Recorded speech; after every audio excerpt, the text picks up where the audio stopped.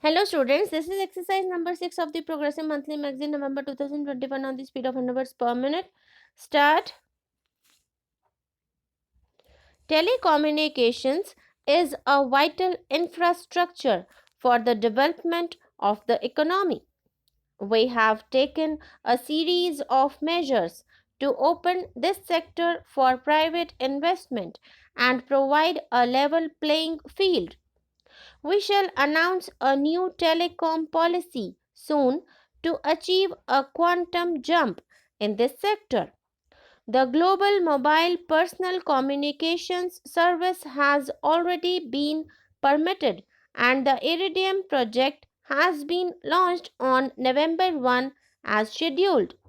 It is worth nothing that out of 4,000 crore of rupees foreign direct investment inflow in telecom since 1991, almost 50% has come during this year. This is an indication of the immense investment opportunities and the improving investment climate in this sector. Government has often been criticized, and rightly so, for being long on policy pronouncements and short on implementation. We shall endeavor to correct this imbalance. Time bound implementation of all decisions shall be demanded and obtained. Government shall enforce accountability for laxity and delay. Effective interministerial coordination shall be ensured so that important policies are quickly translated into action. You shall not find us wanting in this regard. The sustainability of economic reforms is crucially dependent on equitable distribution of the benefits of growth. We have no doubt that we have to cut through the volumes of complex regulations which we have accumulated over the last 50 years, reduce political and administrative interference, and allow the innate entrepreneurial abilities of the Indian people to flower. The need for a leaner and a more efficient bureaucracy, curtailment of government expenditure, a transparent and targeted subsidy regime, and commercially viable public sector cannot be overlooked.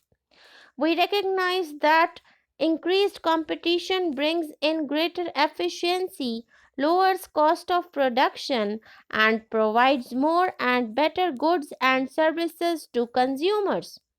However, the government also appreciates that a more market oriented and less regulated regime does not imply an abdication by the state of its responsibility towards the poor and the disadvantaged. Our policies and programs will adequately reflect both these crucial concerns.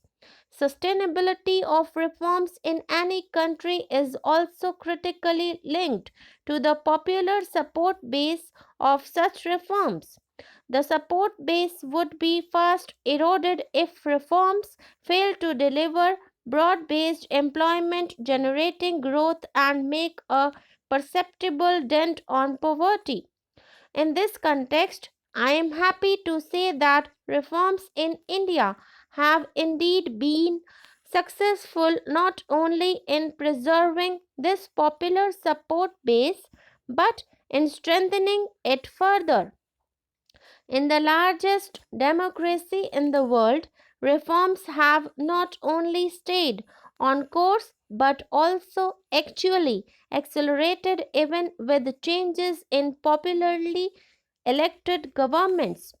This is only an adequate testimony to the popular base of reforms.